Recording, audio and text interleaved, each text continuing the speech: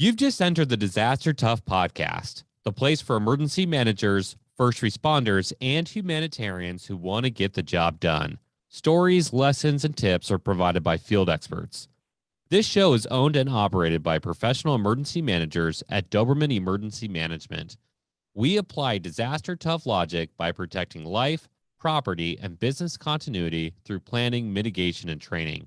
Check us out at DobermanEMG.com or click on the show notes. Radio comms just got a major breakthrough with the L3 Harris XL Extreme 400P. It's the newest and toughest radio out there.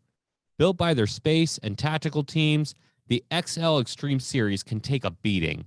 1,700-degree blast of heat, repeated 3-meter drops, rain, salt water, you name it. The XL Extreme series by L3 Harris can take it. Visit L3Harris.com to schedule your demo today. The battle to monitor and contain COVID-19 just got exponentially better for us. We are officially introducing an electronic, reusable COVID-19 test through our sponsors. It's called the COVID Plus Test, created by Tiger Tech, distributed by FS Global. This is the first FDA-authorized, rapid, non-invasive pre-screener.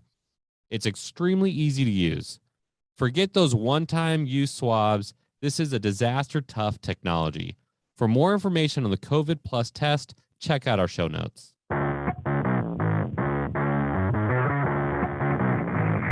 Welcome back to the show, everybody. It's your host, John Scardena. Man, oh my gosh, so much has been happening in the last, 3-4 months. Afghanistan, and now we have to think about more in depthly, at least terrorist activity, of course. That's a whole other story. But in the world of emergency management and really natural disasters and man-made accidental disasters, there's just been so much happening. And so each year we kind of like to do an update of what we've been doing here at Doberman Emergency Management and helping out the field. Of course, we do these interviews every single week with experts around the field to be able to get their perspective on emergency management. And a question keeps on coming up, whether on screen or off the screen, of what is emergency management? The way I like to phrase emergency management is the protection of life, property, and continuity of operations. That's the scope. So if you're doing anything within that scope, you're doing an emergency manager's work, right? Or emergency services work. There's a tactical level, which is the first responders, our counterparts in fire, USAR, urban search and rescue, fire, police. I said fire, right? So like we have all these tacticians that are doing things. We also have the humanitarians at the local level working, and that's a Salvation Army. We've had Patrick McGinn on here. We're going to be talking about LDS Charities. Big shout out to them for their help recently with the USAR teams in Haiti. We can talk about that in a second. There's also the strategic stuff, FEMA, other organizations that look at that strategic level and say, hey, where do we get these moving pieces? State operations centers. We've had Lee Dory on here from Cal OES this year. We've had a lot of major hitters. We have a lot of major hitters coming up in the next couple of weeks, and so we're really excited to have them. We have a new studio. It's not like this super dark studio anymore. So there's just a lot of going on, and we've had great things happening. But how do we operate in that? And so today I just want to share a couple stories that have happened since May, and some of it we've highlighted on the show, and some of it we haven't. But if you're in emergency management and you're like wondering if you're effective or if you're doing the right thing or if your piece is emergency management, likely it is if you're within that scope, right? Protecting life, property, and continuity of operations. Sometimes that's mitigation, right? Sometimes that's figuring out what their problem is, working with Army Corps of Engineers to fix that levee or fix that dam, do those assessments. Sometimes it's getting tents to be able to sustain life, right? That's protecting life by sustaining it. And sometimes it's, going through a rubble pile in Surfside, which we're definitely going to talk about today and highlight. And so just like with this conversation, or at least, this conversation between me and you, there's so much that has been impactful recently to me and also this company, Doberman Emergency Management. And I think it touches a lot of other groups. Some we've had on the show, some we haven't had on the show. Like I highlighted LDS Charities. Wow, they really came through. But yeah, like there's a whole community out there, and it really is about networking. And so let me start with this idea of emergency management is about protection of life, property, and continuity of operations. Can't say that enough. But it's also about collaboration, cooperation, getting the job done.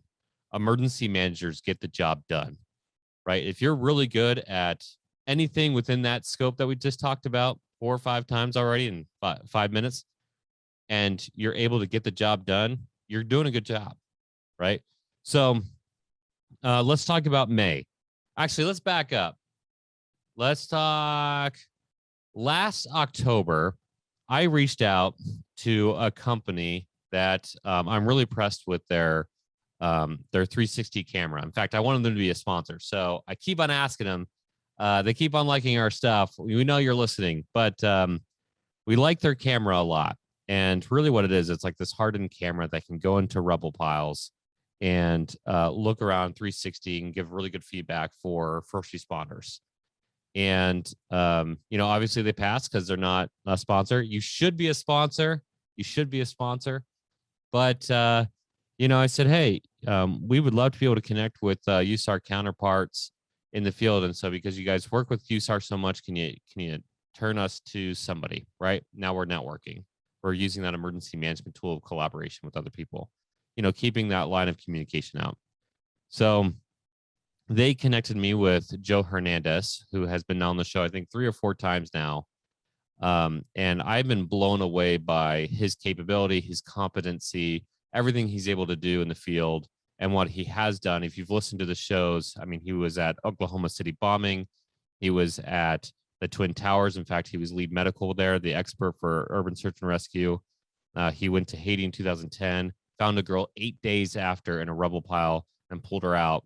You should see the imagery. I mean, nobody really has that trained eye to be able to see, in a 1 foot pancaked space, this person laying there covered in dust. Like I saw the images, and myself with everybody else, we're starting to pass by and he goes, hey, that's where she was. That's what we saw on the camera. His eye was that well trained. And it shows that he's a true expert, and he's had all that time to look at that. Right. So Joe came onto the show a couple times, and, outside of the show, we talk, and we talk about emergency management, how it relates to the tacticians, the tactical level. I talked about how I didn't know this at the time, but during Hurricane Harvey, I helped deploy those USAR teams and give them the data they need in the field. And he was actually there. And so it's really fascinating to think about, that network that you don't even, you have sometimes. But as we develop this relationship, he goes, hey, I'm teaching the medical urban search and rescue class, and I would love for you to come, be able to talk about your podcast because I've been on the show, and really to observe and to instruct on emergency management, that strategic level for the technicians, so they know who's deploying them and how that process goes. And I said, yeah, sure. That week was phenomenal. One of the best trainings I've ever seen, and I noted that on the show. Big shout out to Joe's MSOC and all the work that they're doing over there. And so I came home from that thinking like, oh, that was a great learning experience. I saw the tacticians. I got to meet with a lot of these, these counterparts in the field, including we just moved to St. Louis, and it happened to be one of the St. Louis teams was there. And so I was able to connect with them and get to know them again. Networking, but not networking. People think of it as like going to conferences and like awkwardly talking to people, right? No, what it is befriending people, seeing the capabilities you have, the capabilities that they have, and see if you can gain more, right, from each other, from experience or whatever. So you fast forward, we end up having 2 other people. Well, another one of the instructors that came on the show, different district chief from Orlando. I dare you to find that show because it's a great show, a great feedback to him. And then he connected us with the fire chief that responded, the incident commander for the Pulse nightclub shooting, which is another episode you should look at. So we're starting to make all these connections, right, of like experts in the field just by, basically talking to people, and we don't pay them. We don't get really anything out of it besides the advice, and the advice is so huge that it's like, hey, it's worth it. Like, let's make sure that we we help out where we can. Well, you fast forward another couple weeks, which again, now the dots are starting to maybe connect for you. Surfside building collapse happens, and Joe flies down there. He's a consultant for CNN, so he's on CNN every day. He mentioned disaster tough, so big shout out to Joe for that. But he was also on the ground meeting with the responders, and guess what? Like 5 or 6 of the instructors, including the fire chief who was on the show, he was at there as the incident commander for Florida Task Force 4 for search and rescue. So they were doing the night shift, and they were essentially doing that mission. And so now he's an SME, not only for CNN, but he's actually on the ground coordinating resources. And so I get involved. And so, again, this is not really a Doberman thing, but because of Doberman, because of this podcast, I'm able to help. And so I started volunteering my time and resources to be able to see where we could to be able to support or provide care where we could, especially for the responders. And so now you're watching this thing happen where strategic level emergency managers who traditionally you're like, oh, do they really interact with first responders? Well, absolutely. Right. Absolutely. That's what we're doing. So you fast forward another couple weeks, I get called out by a client who we've been helping. It's the Kashaya Band of Pueblo Indians that of the Stewart's Point Rancheria. And they're really great people. But like a lot of other groups in California, they're having this drought issue. And so they called me up and say, hey, we have this major drought issue. We don't know what to do. And I'm like, you know what? This seems really important. So I'm going to head out there. We're also going to talk about public safety power shutoffs because we they're a client for that. So this is completely separate. So we did the outbrief on the PSPS plan. We talked to them with the drought issues. We invited Patrick McGinn with the Salvation Army to provide help. We invited Cal OES to come. We to provide support too. And so now we're all talking about resources and what to do and how can we help. And again, this is just because we want to help each other out. This is our community. Emergency managers help out people. And it turned out to be a great trip. And while I was out there, I got to meet with Lee Dory with Cal OES. And, he heard that we were coming out there and said, with the Dixie Fire, can you provide guidance or can you come out here and check it out? And so I went out there and looked at their operation and provided some feedback. Again, this is not even the work. This is just about helping out other people. And I just was just overwhelmed by that experience. Well, when we got called out there, Joe Hernandez texted me and said, can LDS help? Well, I'm a member of the Church of Jesus Christ of Latter-day Saints. And so I'm like, well, there's 16, million members of this church. And so let me see what I could do. But I kind of fed it up the food chain. In fact, I went through, this is amazing. I'm a member of I'm LDS, right? But Patrick McGinn, Salvation Army, has a connection with LDS Charities. And he said, so I text him or I call him and said, hey, can you give me the contact information? So fed it all the way up to the head of the program. Her name is Sharon Eubank. And we're now talking about a 4-hour period. And she connected me with the people who are involved with the Haiti response, is what Joe was texting me about. Joe had, again, volunteered both his time and resources to collect pallets of supplies for medical supplies for the first responders over there who were helping out with the Haitian response. In the meantime, or all while a tropical storm was heading that way. So just incredible. But in that 4-hour period, we got connected with her. LDS Church said they were going to help, LDS Charities. And now we're connecting so many different things. And Joe's volunteering his time. The LDS Church volunteered time. Patrick McGinn volunteering some of his time. Joe, just like this big crowd of people helping each other out. And so my heart is just full of gratitude for good people who want to help. Of course, there's work to be done. Of course, we do contract work, We don't call ourselves contractors, essentially, because we're basically emergency managers who just happen to do it privately. We get to choose the projects we work on. Some we get paid, and some we get to volunteer. And I think that's really what it's all about. And in the midst of all of this, we see what's happening in Afghanistan. And I think I think pretty much everyone's on the same page that what's happening is disgusting, both from the Taliban perspective and the egregious response or lack of response, lack of leadership that has caused such a horrible, horrible issue.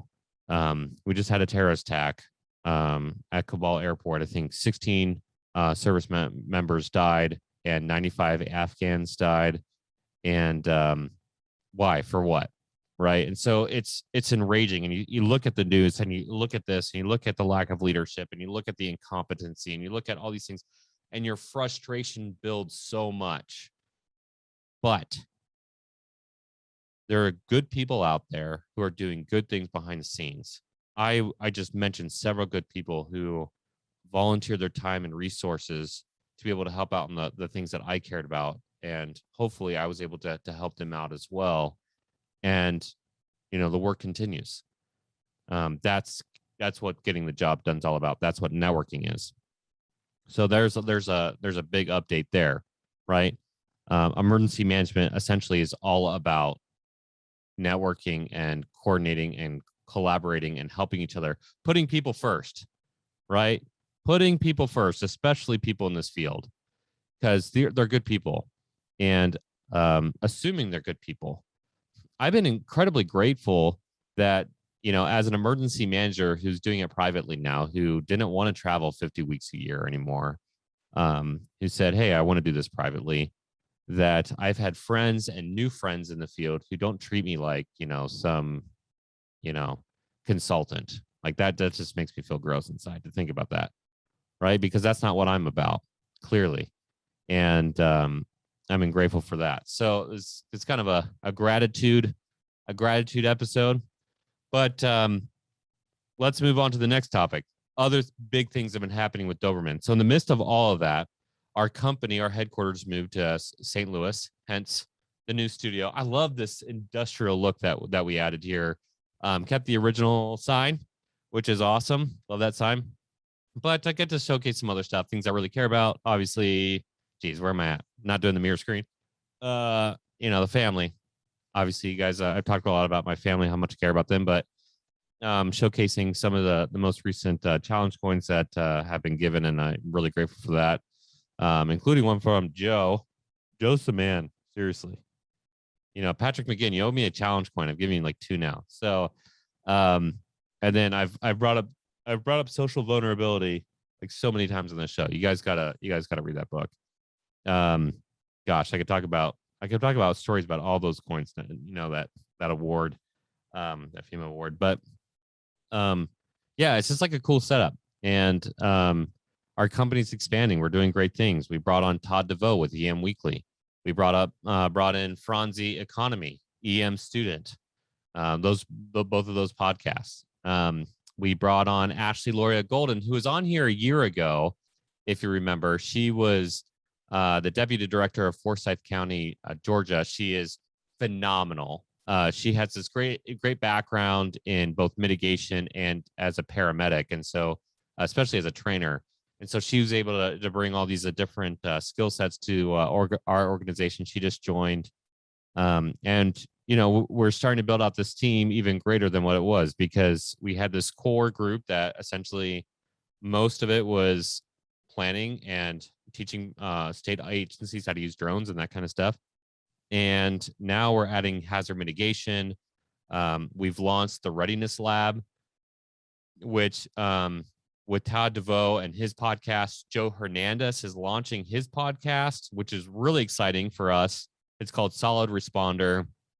His first episode is going to air on September 11th, 20 years after 9/11, and talk about his experience there. And he's going to interview some of the other guys that he served with during that response. They're going to be talking about the 20 years since then. I'm sure they're going to be talking about some of the emotional and physical impacts of that, because he has been a really big advocate of helping out responders getting the help they need. And so if you know somebody who could use first responder perspective on getting that kind of help, this would be a great episode to turn into. Again, that's Solid Responder. We're launching the EM Morning Brief. So we're doing all these different things with the Readiness Lab, but it's also going to be, we're going to start doing trainings. So pairing up with search and rescue and start doing cross collaboration, cross sector emergency services, emergency management, disaster services, whatever we want to call it, where we get to learn what our counterparts are doing. So the firefighter doesn't say like, oh, the emergency manager just gets the water right, which is like egregious and offensive. But we also don't, we're also on the emergency management side, like, oh, you just like, you know, like most of the time you just do medical, right? Like, and so like, we don't really know what each other's doing and how they're doing it. We have a lot of respect, hopefully, for each other, but that cross sector training will be really important. And then doing a lot of more hands-on training for emergency managers. I don't know how many FEMA and or other trainings I've been to, and it was just like they were like crunching to get out of there early just to check the box. And you know, you walk out of this training like, okay, I could have done this like 30 minutes online, but we're changing that model pretty fast. And so what we're going to be providing is a couple-day training, and exclusive training, where people come out and they get certified from us and from experts on how to do different functions in emergency management. So it's going to be like this really great thing. We're talking to new partners with that. We're trying to talk, or we're not trying. We're talking to new groups who've approached us to get our perspective of that, especially with all the disasters we've been to and helped out in both former lives and you know, current support. So there's just like so much going on, and this really all stems from, again, networking, helping out other people, not being selfish in that support, but like truly giving of our time and help, and for the purpose of protecting life, property, and continuity of operations. And when you do that, great things happen. And so if you're wondering what to do next in emergency management, or you're looking, actually, so Todd DeVoe is also an instructor, a professor at a university, and his students provided their final presentations. And so he invited me to go so I could listen in to see where they're at in their journey and answer some questions. And one of the students asked, well, like, how do I get a job in emergency management? Like, I've taken all these courses, I have some of the background, blah, blah, blah. I hear that question quite a bit. You got to stop thinking networking as showing up at a conference and awkwardly talking to people, you know, at a dinner table. That works for some. You know what great networking is? Unselfishly helping other people, period. And you'll be blown away.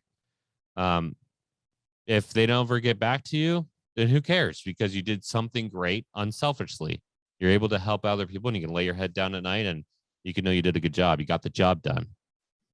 But what I've seen more often than not is, because our community is so small, is when an issue does arise, or when something comes up down the road, or you can approach them and say, hey, like, you know, now that we're friends, I would love to be able to get some advice on this or perspective, or can you connect me with whoever? And that's how the dots start getting connected. It's about unselfishly helping other people, and they will return the favor. There's good people in the world. There's a lot more good in the world than bad. The bad makes the news because thankfully it is rare. Like, think about that for a second. One, there's like, you go like the horrible side of it is like, oh, they're just trying to make money off of like horrible things happening, for sure. But there's also like well, if it was so common, then it wouldn't be newsworthy, hopefully. Like, national news doesn't usually focus on heavy traffic, right? Local news does. But nationally, internationally, they're not going to be like, well, there was another traffic jam on, you know, I-95. You're like, well, that's not newsworthy because it's common, right? And I would hope that people just remember that. Sometimes the newsworthy stuff is because it's rare. Sometimes it's because there's some horrible people pushing it, but there is good in the world. So I guess that would be my message today. Just catching up. This is like the EM update, I guess, our yearly update for what's happening. Again, heart full of gratitude for all the people who've been helping us out and the opportunity to be able to help other people, expand that scope of understanding and getting to work with amazing people. I hope that if you're in search and rescue and listening to this podcast, there's another training by Joe's organization that's coming up for medical USAR to get certified November 30th. So we'll make sure he's back on the show, but you can probably just listen to his podcast and hear him talk about it. Again, that's called Solid Responder. We're huge fans of it. Check out the Readiness Lab. It has a lot of other podcasts that we both own and operate, but we also are just like blown away and think are really great shows in themselves. And so there's also fun stuff too, like Movie R is coming out. Movie After Action Review. It's like our fun show where we kind of make fun of all the disasters that happens in movies and talk about like what real responders would do in that situation. And I think it's going to be pretty great. So check back with us next week. We have a really great guest coming to the show. You'll see that announcement on Facebook, Twitter, not Twitter. We don't ever use Twitter. We should. Hey, send us a note. Let us know if you're on Twitter and you want us to be on Twitter. How about that? If we get enough people to send us a thing saying, hey, I'm on Twitter. I hope you're on Twitter. Also, lets me know that you've listened into 26 minutes of the show now. If you're on Twitter, let us know, and maybe we can start posting there. But we're really heavy on LinkedIn, Government Emergency Management posts, all the Disaster Tough podcast episodes there. We also have, obviously, that Instagram channel, Disaster Tough Podcast, and the Facebook Disaster Tough Podcast, as well as both for Government EMG, so you can get caught up there. But tune each week, and we'd love to hear your feedback. Like to know what you think about my updates. If you think my scope of emergency management is correct, if it's not incorrect, let me know. I'm not going to be like in the comments below because it's a podcast. But if you can send us an email at info@dobermanemg.com or go to one of those social media platforms that I just talked about to provide that feedback, that would be awesome. And we'll see you next week.